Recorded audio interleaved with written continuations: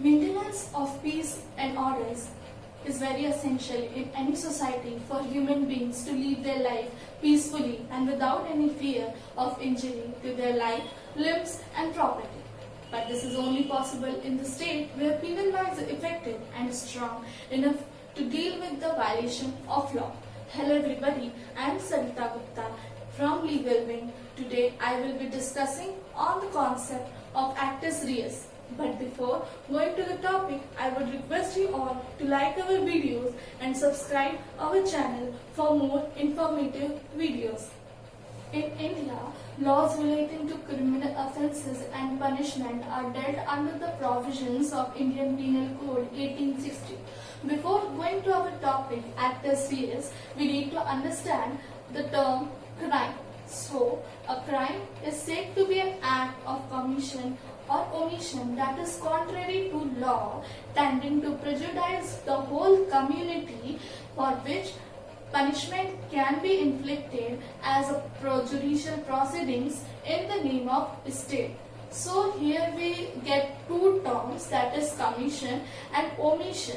So commission of an act that is contrary to law and omission of the act that is contrary to law. Let us understand with an example. As we know, murder is a crime under the provisions of IPC. So if A is a person and B is another person, A wants to murder B, B dies. So this is a commission of an offense that is contrary to law. Next is omission. So as we know, there is a act in India that governs the elder peoples, that elder peoples have the right to take care from their sons or daughters. So if A is a son of B who is older, then and if A refuses to take care of B, then this is an omission of the act that A has supposed to do but he didn't do. So this is an omission of the act that is contrary to law. So this is all about the crime, the term crime. Moving on to the elements of crime. To constitute an act as a crime, there are two important elements that is to be considered. First is actus reus, next is mens rea.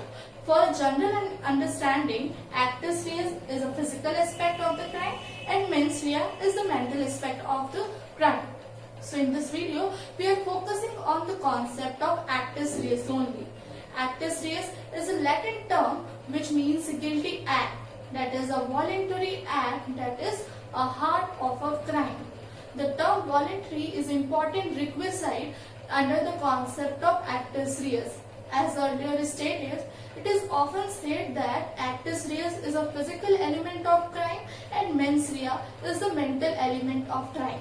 It is true in the circumstances where the crime cooperates. So let us take an example. As I have earlier stated also, if person A wants to kill person B, A shoots B, B dies. So here in this case, shooting is an important requisite to consider an act as a crime. But what about the nature of the act? Nature of an act is also an important element to consider an act as a crime. So, nature of the act must be voluntary only. Court has often said that under the actus reus, the act must be voluntary. The basic idea is that if the act is not voluntary, then it cannot be considered as a crime. Let us take an example. There are two persons, that is Bob and Leo. Bob is showing his new knife to Leo, but in the state of epilepsy. Now, what is epilepsy? Epilepsy is nothing but the nervous system disorder that makes the brain abnormal. So, in the state of epilepsy, Bob stabbed his new knife to Leo and Leo dies. So, can it be considered as a crime? That is a question that we have to look into it. So, probably no. That is, Bob is not liable as he is not in a conscious state of his mind. He is unconscious as he is in the state of epilepsy. there are one case law relating to this, that is State versus Mercer NC. Now what happened in this case, that there is a person who is in unconscious state of mind and he admitted that he kills his wife along with his 2 kids. So the court held that as a person is in his unconscious state of mind, so it cannot be considered as a voluntary act, and if it is not considered as a voluntary act, then it is not a crime. Now, moving on to the next topic, here we will see what constitutes an act under Actus Reus. So, according to section 32 of IPC, an act includes illegal omission. Thus, Actus constitutes that when a person does something that he is not supposed to do or omits to do something that he is legally bounded to do. Let us take an example. If A's neighbor dies of starvation, then he is not liable to feed him.